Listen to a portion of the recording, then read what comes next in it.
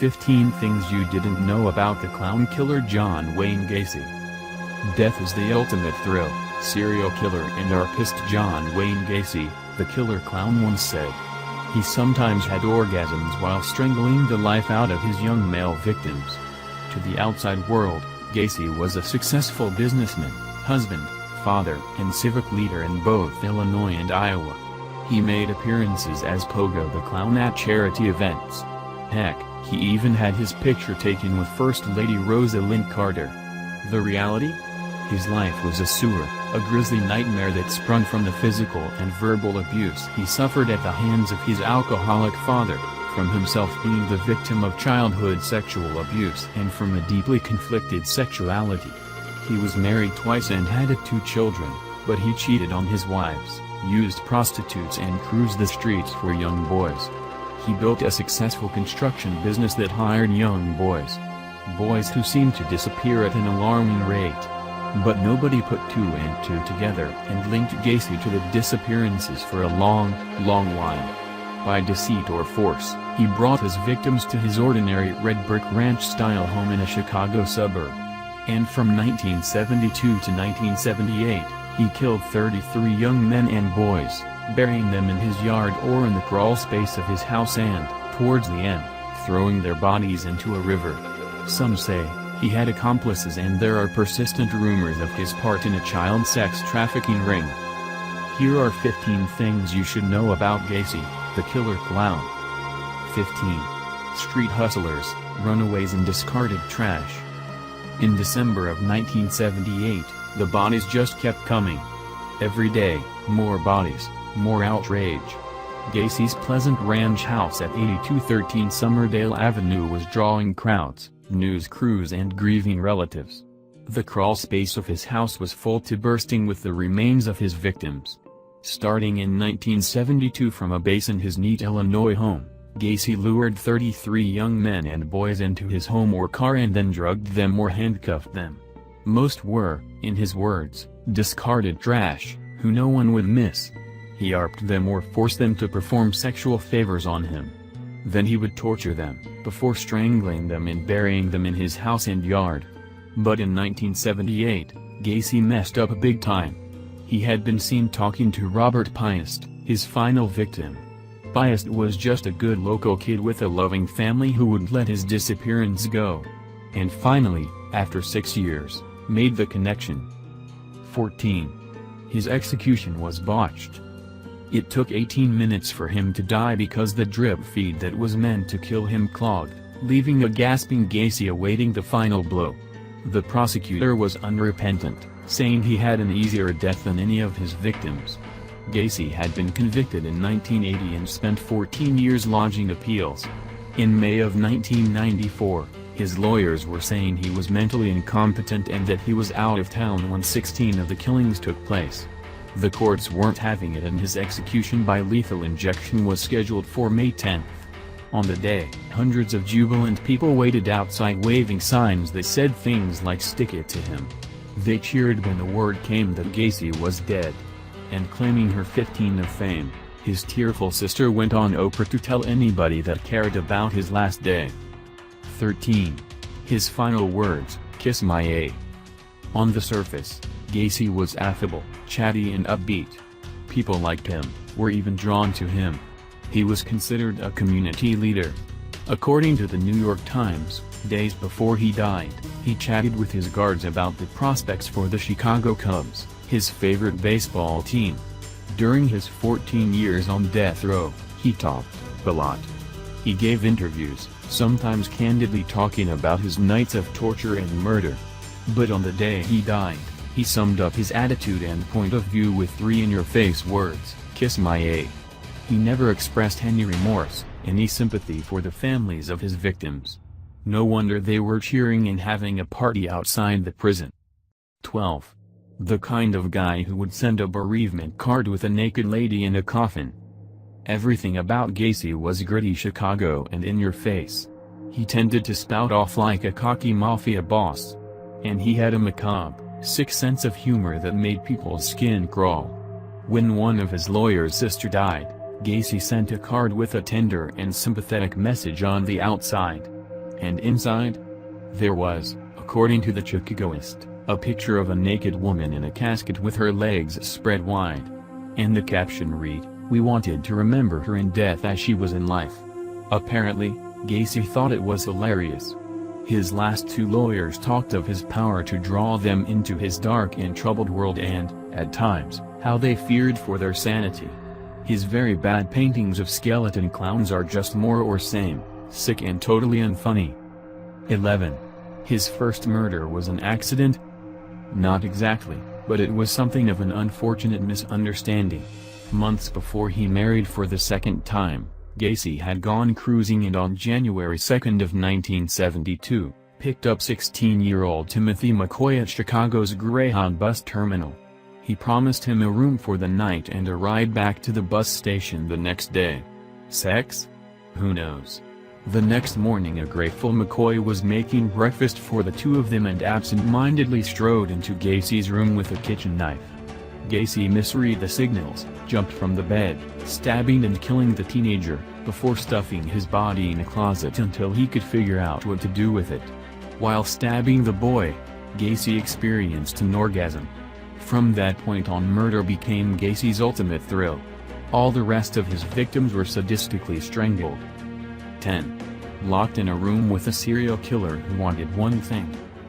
Jason Moss was a freshman in college when he began writing to serial killers like John Gacy, pretending to be a fan or disciple or a vulnerable gay man. Why? Well, believe it or not, the kid was interested in joining the FBI and thought demonstrating he could get serial killers to trust him might look good on his resume. We think it's dumb too. Death Row Gacy wrote back, lots of times, describing sexual acts that would pleasure him. Then, they began talking over the phone. Sex and Gacy's sexual fantasies came up a lot. And then the visit just months before Gacy died. Moss was locked in a room, alone with Gacy, with the security camera turned to the wall. It was clear Gacy wanted to have sex. Then, in the nick of time, a guard knocked on the door. Well, Moss may have been naive, but he wasn't stupid. He got out of there fast. And never went back. And of course, there was a movie. They made Dear Mr. Gacy in 2010. 9. The kind of guy who would climb into a coffin and fondle the body. He was a sickly loner growing up in Chicago. His mother doted on him. His father abused him in just about every way imaginable. In 1962, the 20-year-old Gacy left home, rather fled it, and drove to Las Vegas where he worked as a mortuary attendant. He watched the bodies being embalmed, even slept on a cot near the embalming room. One evening after everyone else had left, Gacy climbed into the coffin of a teenage boy, fondling and hugging the boy's body. Then alarm bells, a sense of shock overwhelmed him. He called his mother and begged her to get his father's permission to return home. He drove home and resumed his miserable life with a nasty father and an ineffectual mother. 10 years later, his killing spree would begin. 8. A spot of wife-swapping in Iowa. In 1966, Gacy moved to Waterloo, Iowa to manage 3 Kentucky Fried Chicken restaurants owned by his first wife's father. He seemed to hire a lot of teenage boys. He was entering his model citizen phase, joining the Junior Chamber of Commerce, JC's. But, as with everything Gacy, there was a seedier side. Some JCs went in for wife-swapping, prostitutes, even drugs. And Gacy was up for it, regularly cheating on his wife with prostitutes. At that point, he would have described himself as bisexual, as he was also into getting his teenage male employees drunk before proposing sex, laughing it off as a joke if they refused. By 1968, it was no longer a joke and Gacy was behind bars, convicted of sodomy of a teenage boy. He served only 18 months of a 10-year sentence, got out, moved back to Chicago and bought the house on Summerdale Avenue. It was June of 1970. He would marry again and start a construction company that hired young boys. 7. What's that smell? After he remarried in 1972, Gacy had a wife, stepkids and a mother-in-law in tow. The perfect family living on Summerdale Avenue. But it seems he still found time to rape and murder young boys and stash their bodies in his crawl space. Reportedly, his mother-in-law complained of the smell, which Gacy put down to sewage. He kept forgetting to call in the plumbers. By that time, Pogo the Clown was on the scene and Gacy was big into Democratic politics, even being photographed with First Lady Rosalynn Carter. But by the time he married in 1972, his first victim, Timothy McCoy, was safely stashed in the crawl space. Many, many more would follow.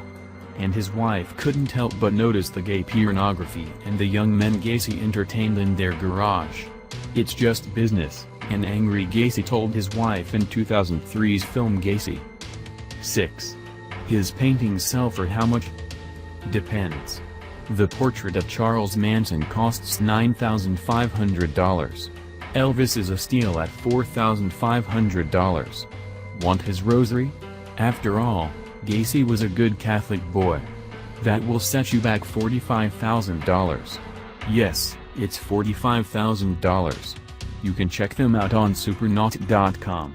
Gacy wanted the money from the sale of his paintings to go to his family. Reportedly, the state of Illinois had different ideas and wanted to keep the money to pay for his 14 years of room and board. Gacy joked that they could evict him. The state filed a suit and then dropped it. At the end of the day, his family reportedly got around $100,000 for the sales.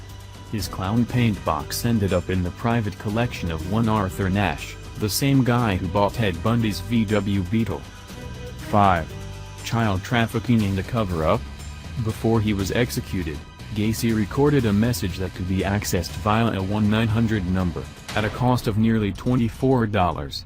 According to the New York Times, the 12-minute recording by Gacy accuses unidentified others of committing the murders and burying the victims under his house. Some asked where the heck Gacy was at the time. His own lawyers maintained he was out of town when 16 of the murders were committed. By our count, that's less than half of the body count. Some locals still believe that Gacy was part of a child sex trafficking ring that involved a prominent citizen and that there was a cover-up to protect the man.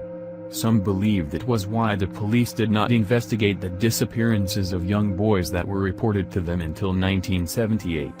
Gacy himself had spoken of accomplices, tantalizing police, then telling them it was their job, and not his, to find them. 4. His house obliterated from the face of the earth. Who would want to live at 8213 Summerdale? In a word, nobody. For years after the trial, Gacy's former neighbors complained of sightseeing traffic amounting almost to bus tours besieging the once quiet neighborhood. In any event, the police had more or less dug up and demolished huge bits of the house to get to bodies. Grisly pictures of the crawl space with numbered markers were bad enough, but scenes of remains being carried out in body bags and the revelations that came out at the trial meant that it was inconceivable that the place could be put on the market. But it did get sold eventually in a sheriff's sale, the old house demolished, and a new one built in its place. Locals talked of the buyer being crazy and predicted the ghosts would be coming out of the woodwork. Well, we all know what happened in Poltergeist, don't we? 3. That all-important last meal. It was an all-American grisly, with 12 fried shrimp, a bucket of original recipe Kentucky Fried Chicken, mounds of French fries and a pound of strawberries. Oh, don't forget the Diet Coke. Wouldn't want to pack on the pounds, would he? Way back in his model citizen days, Gacy had managed 3 KFC restaurants and reportedly loved the original recipe chicken the chain produced. And the strawberries? The comedian father of his lawyer, Karen Conti, had suggested it over the phone to Gacy. Why, Gacy had asked. Because Joe Conti had said, strawberries would be out of season and be very, very expensive. Gacy liked the idea. Kiss Maya big time. The thing was, Gacy never thought it would happen. Never thought he would die, telling one of his lawyers to call him back later. Later, they said, you'll be dead in an hour. And he was. 2. It runs in the family. Gacy's father was reportedly a violent man. And we know all about Gacy and his twisted, sadistic murdering ways. Then in 2012 his nephew Raymond Casper was tried and convicted for sexually assaulting a 12-year-old girl on several occasions. Prosecutors told the court that Casper's fat, sausage-like fingers touched the girl while rubbing lotion onto her body. Cringe. Supposedly, he was a boyfriend of the girl's mother. Cringe big time. Casper claimed the girl made it up. The court believed her and he got 24 years. He probably didn't help his case that he was Gacy's nephew. 1. The handcuff and rope trick. Apparently, one of the ploys Gacy used to get handcuffs onto his victims was to pretend it was a magic trick. He would don trick cuffs and then magically get out of them. "Let me show you how it's done," he would say.